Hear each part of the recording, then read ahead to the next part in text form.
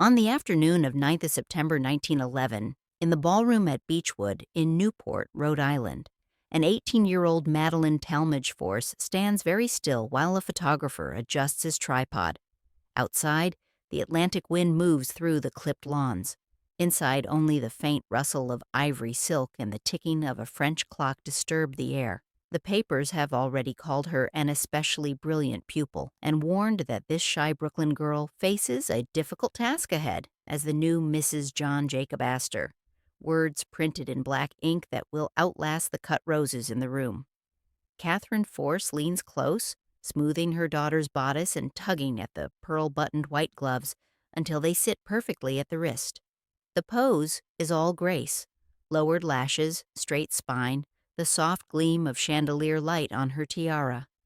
Only the slight tightening of her gloved fingers on the bouquet suggests that this is not just an image of arrival, but of entry into an architecture of obligation.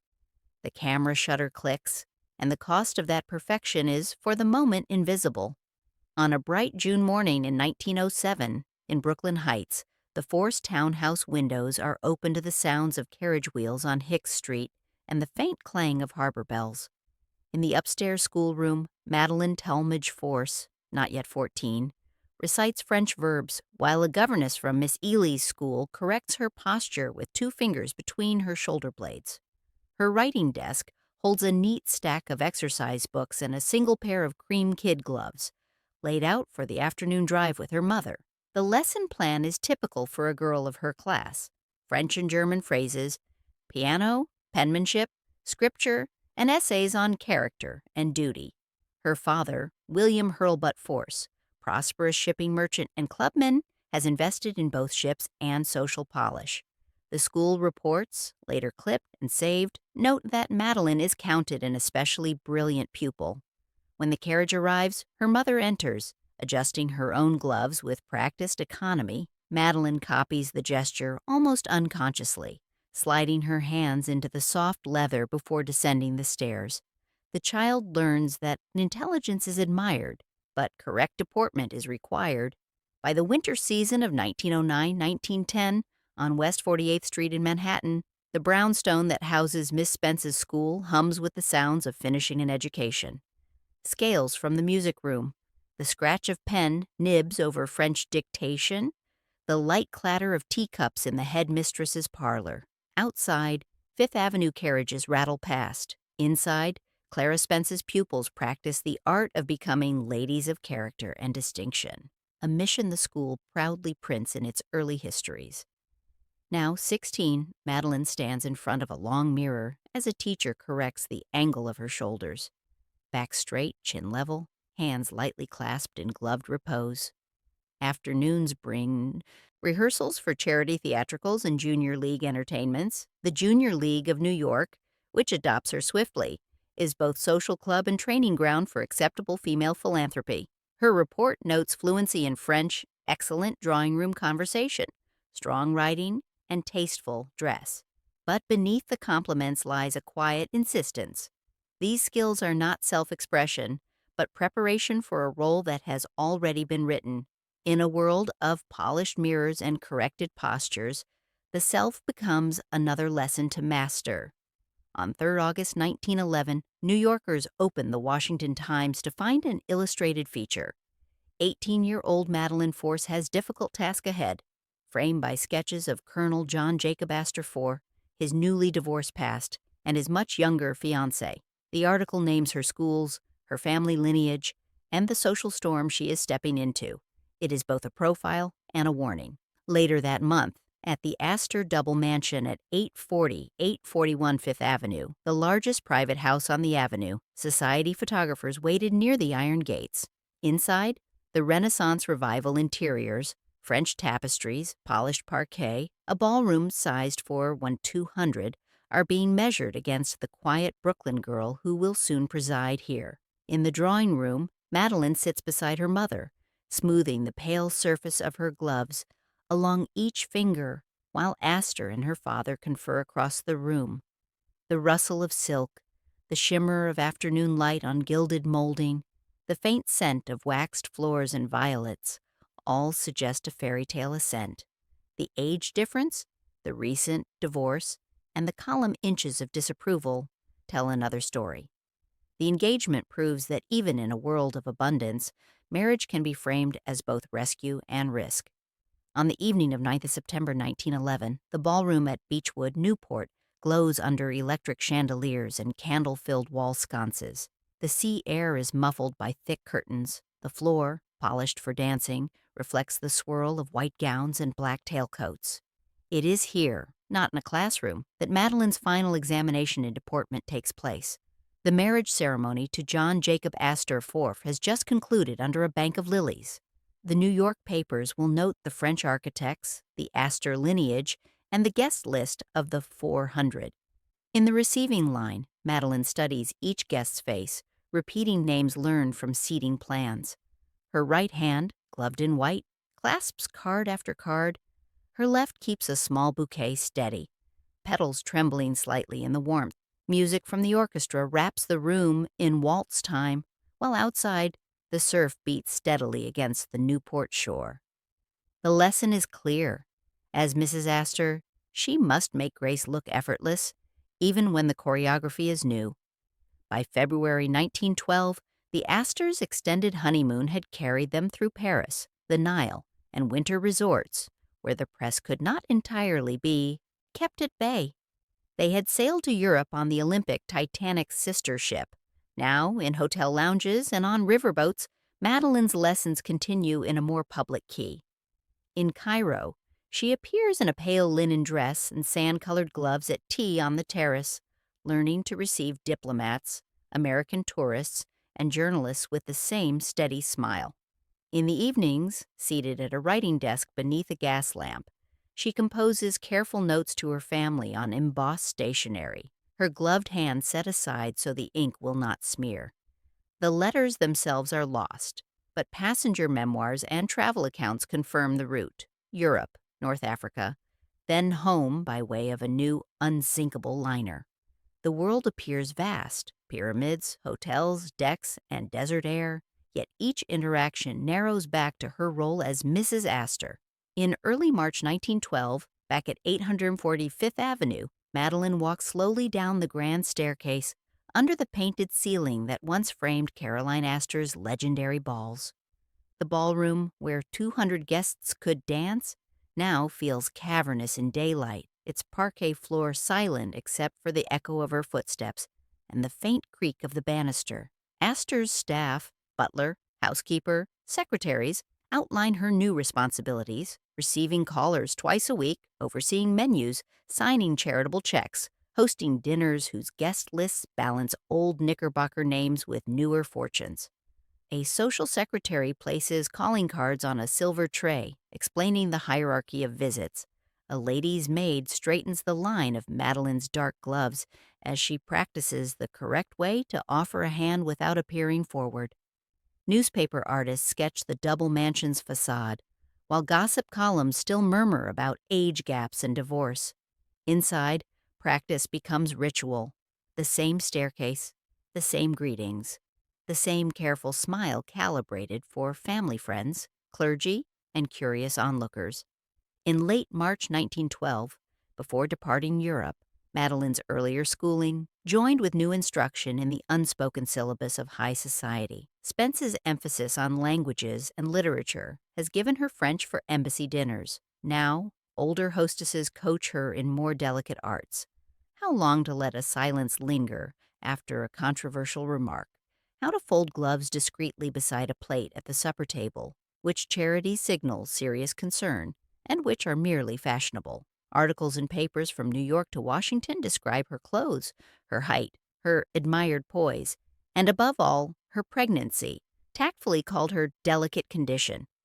The scrutiny is both flattering and enclosing. Every compliment carries an edge. Education has given her a fluent tongue and a steady hand, but no textbook can teach what to do when the structure itself begins to fail. On the evening of 14th April 1912, aboard the RMS Titanic in the North Atlantic, the first-class lounge glows with electric light softened by shades.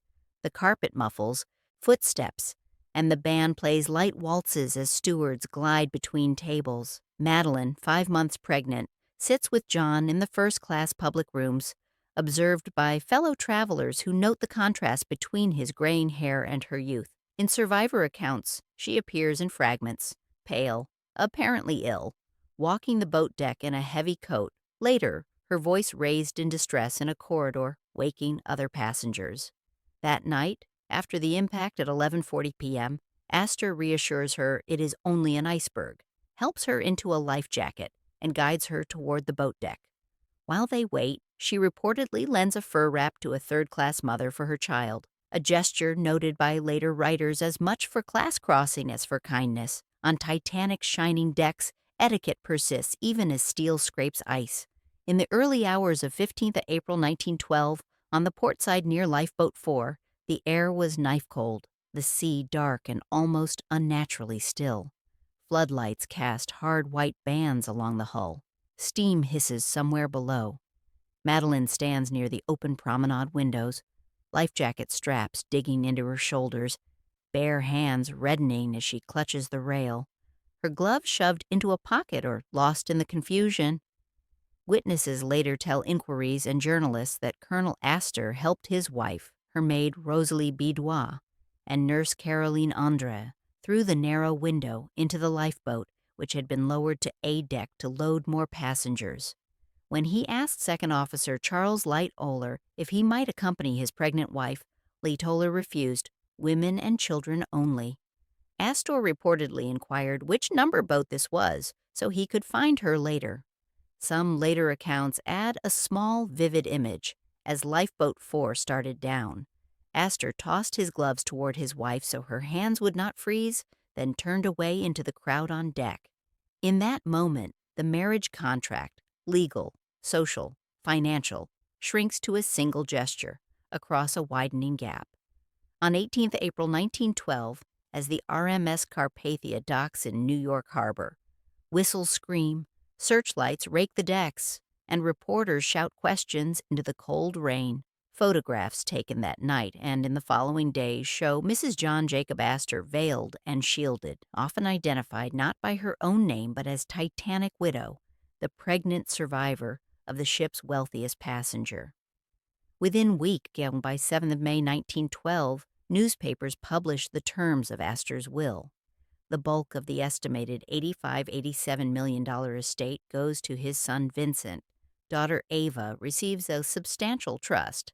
Madeleine, 19, is granted $100,000 outright, the income from a $5 million trust, and the use of the Fifth Avenue mansion in Newport's Beechwood, provided that she does not remarry. A separate $3 million trust is set aside for the unborn child. In legal notices and society commentary, the generosity is praised. Yet for the young widow confined to darkened rooms on Fifth Avenue, the condition is unmistakable: love again and lose everything. The gloves Astor tossed into the lifeboat were temporary protection. The gloves written into the will are invisible and meant to stay on. On 31st May 1912, exactly a year after Titanic's launch, the great drawing room at 840 Fifth Avenue was quiet, its heavy draperies dimming the spring light. In deep mourning black, Madeleine hosts Captain Arthur Rostron of the Carpathia and Dr. Frank McGee, the ship's surgeon, at an intimate luncheon also attended by fellow widow Marion Thayer. Newspapers report the menu, the subdued atmosphere, and the presentation of a gold Tiffany pocket watch inscribed with the widow's gratitude. At the table, the clink of silver on china sounds louder than usual against the hush. Madeleine's black gloves rest folded beside her plate as she lifts her fork with a steadiness honed in better days. For the photographers waiting outside, this event recasts her from scandalous bride into dignified mourner.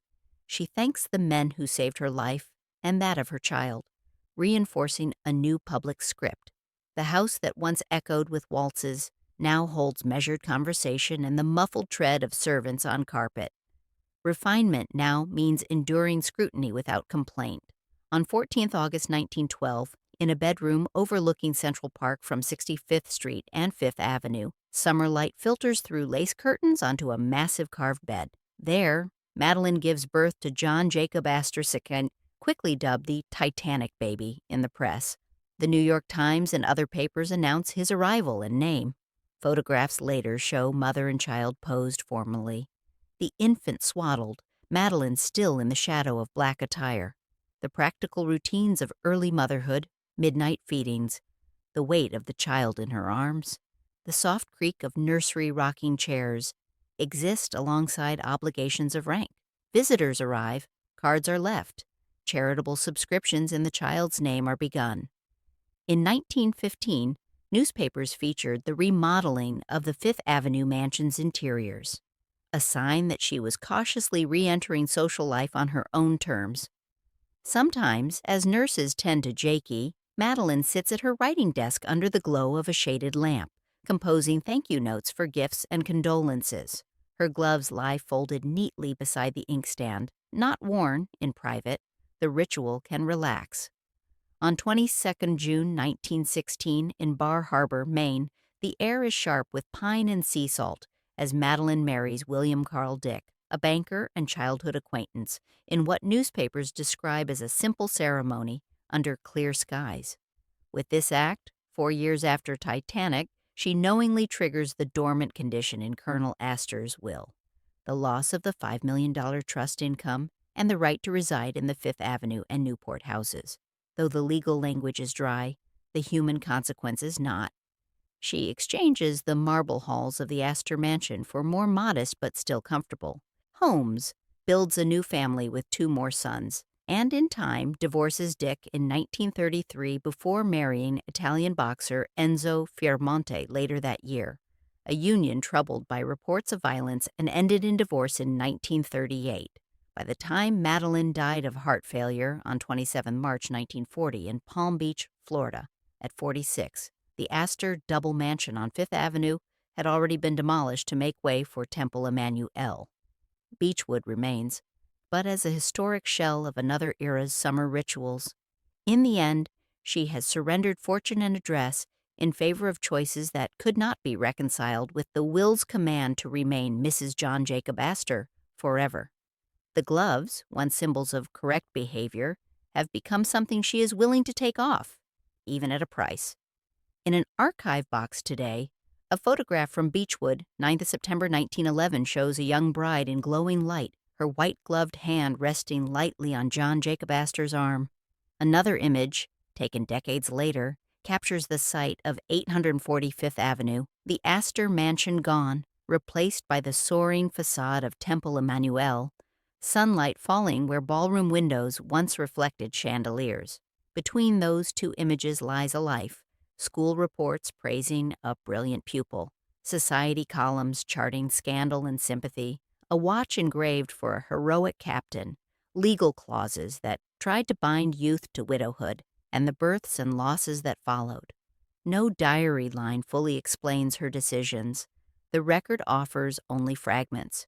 Yet, if one looks closely, the transformation is there, in the way a gloved hand in an early portrait becomes, years later, an empty space on a demolished facade.